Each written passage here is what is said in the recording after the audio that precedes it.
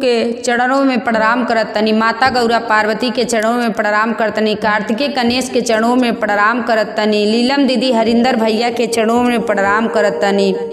तो देखिए गुरु भाई ने आप लोग के बीच बहुत सुंदर शिव चर्चा के आप सबके कथा छोड़त तनी। हमरे कथा के आप सब शुरू से लास्ट तक सुनब आ शुरू से लास्ट तक हमार कथा सुनने पे आप पे सब पे भोले बाबा बहुत दया करिए। तो हमारा आप सब कथा भजन कभी भी सुनी तो शुरू से लास्ट तक सुनी।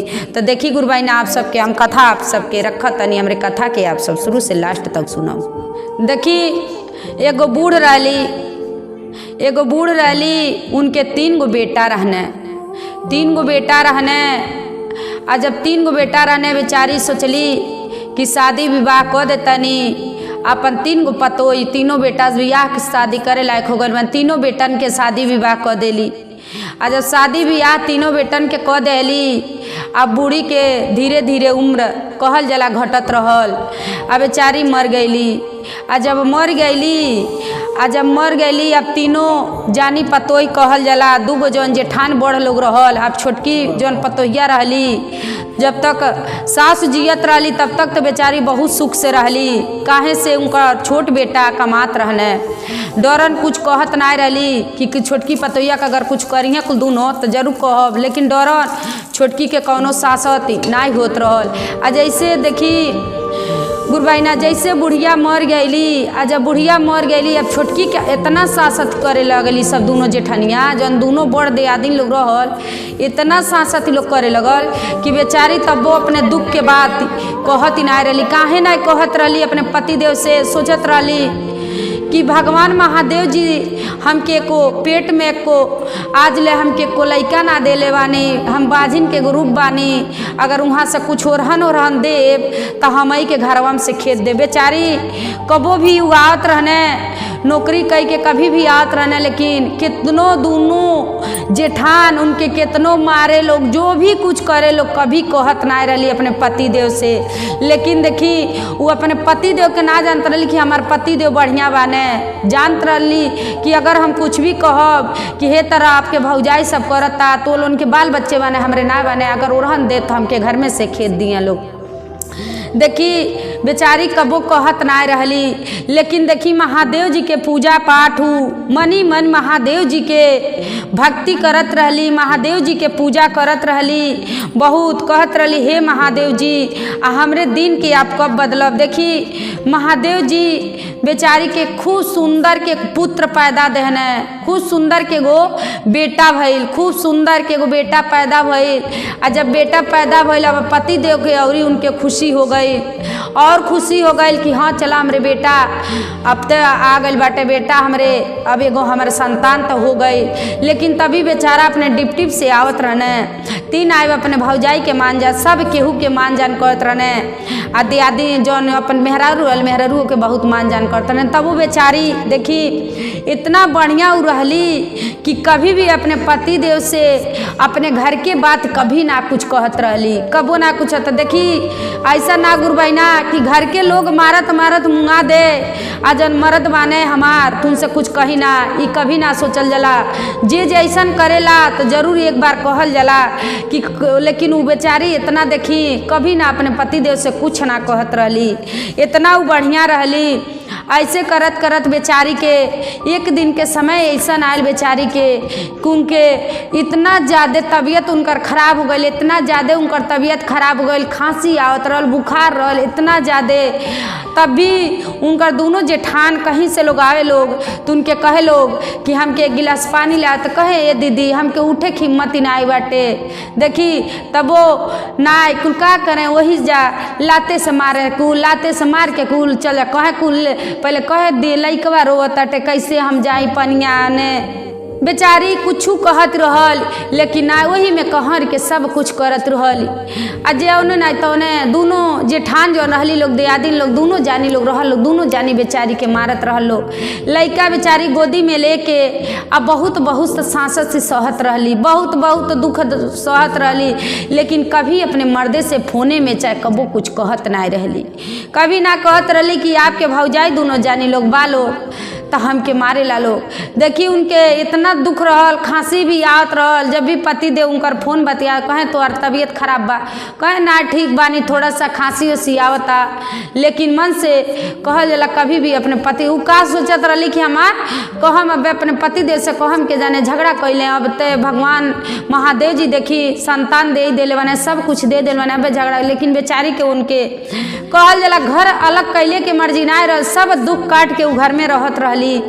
लेकिन ऐसहस एक दिन अली उनकर जौन बड़ दियादिन रहली, अली एक दिन खेते से आ खाना मंगली, कहली ये दीदी आज तबीयत ना सही रहल, हम खाना ना बना पोले बानी, आ लइको के ना दूध पिया पा, तनी लइको बड़ी रोता, तनी अपन दूधवा पिया देती। कहतिया ते भी आयल बा, कहते तू बच्चा जन्मल बोलो तू ठीक आयल वालू, हम तोर लइका के जियाई पोसी बेचारी। लेकिन कहती है दीदी हमरे दूध ना होता, अपने दूधवा पिया दिन, लेकिन ना मानती है बेचारी के। वही जा खाना मंगलस, खाना ना बनौले रहली।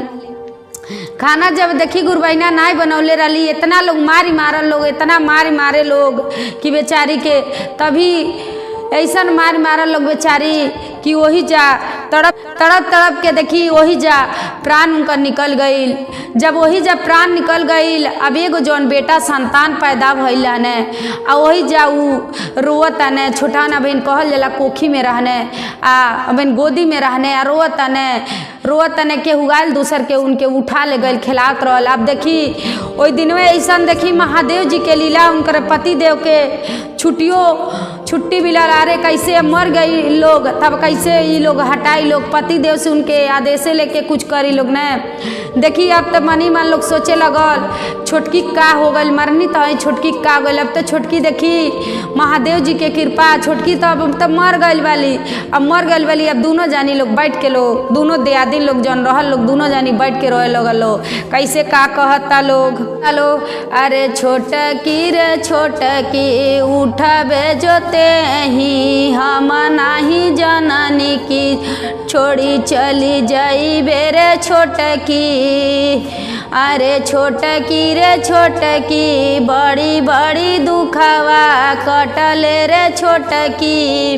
कि गुरबाइना ऐसे कह के लोग दोनों जानी जौन जेठान लोग रहल लोग रोवे लगल लोग। अब उनकर पति देव सुने कि हमारे मेहरारू नाई बाली, उनकर पति देव अने, आ जब उनकर पति देव अने तो देखत तने हमार मेहरारू ते दुनिया छोड़ के चल गई वाली। अब वही जा सीना पे हाथ पीट के रोए लगने, आ जब वही जा सीना पे हाथ पीट के रोए लगने। अब छोटन के जौन बालक बाटे वही नहीं के लेके बेचारा अपन दिन राती सोचत ने, अब सोचत ने ई कि हम कैसे अब जाएं अपन काम करे, हमार छोटन लइका बाटे। आखिर में मेरे मेहरारू के का हो गई, कैसे अपने भाभी से कहें हमारे मेहरारू के का हो गई कि हमार मेहरारू आज जो चल गई नगर से उठ के चल गई। आखिर में तोहन लोगन भाभी हमसे काहे कुछ बतौला लोगन ना कि हमारे मेहरारू के तबीयत खराब बा, लेकिन देखी कुछ ना लोग कहे लो एक बैग तबीयत छोटकी के खराब भइल, आ दिलवा में एक बैग दर्द भइल, आ छोटकी कहलसिया कि ए भाभी देखो मैं दीदी देखो हमारे सीना में बहुत दर्द होता, मन के डॉक्टर के बुला के सोचनी, तब ले छोटकी के प्राणवा निकल गई। देखी अभी लइका लेके तब बेचारा अकेले सुतत रहने, आ जब सुतत रहने महादेव जी तो सब देखत तानी लीला है, दोनों जानी के लीला तो महादेव जी देखते बानी। अब महादेव जी से उनसे आईने वेर भइल, महादेव जी एक साधु महात्मा एक साधु के वेश में आईने, आ साधु के वेश में आईने लइका दुगारे लेके बैठल आने, कहने जब आईने कहने बच्चा कुछ भिक्षा दो, कहने ये बच्चा कुछ भिक्षा दो, कहने कि ये बाबा रुकी घरवा में से ले आवत तनी, कहने ठीक बाटे आए बेटा आवत तो के एक बात बताओ तनी।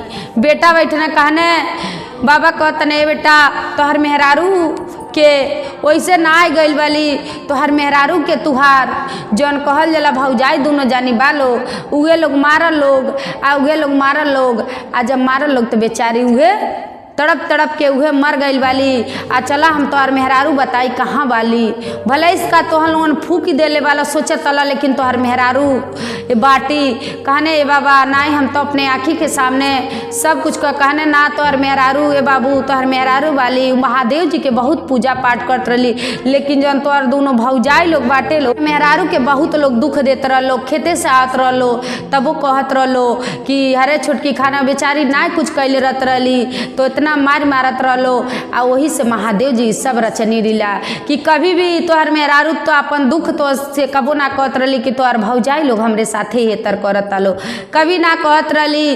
तो बेचारी अपन दुख के लेके बहुत रोत रहली। ले ऐसे करत करत अब कहने बाबा से कहने जब कहने कि ये बच्चा तो के चल लिया चलता नहीं लिया के गई ने आ जब लिया के गई ने कुछ देर में तुमकर मेहरारू वहाँ से ले आवत अली आ जब आवत अली तो कहत तने बाबा कह देखा हुए तोहर मेहरारू हुए तोहर में कहने होते मेहरारू को अपने फूक दिले रही कहाँ से हमारे मेहरारू आवत अली कहने ना तोहर मेहरारू तोहर सोच गलत बा तोहर मेहरारू वाली बाबा भोलेनाथ तोहर काहे जोड़ा छोड़ेंगे बात देखी।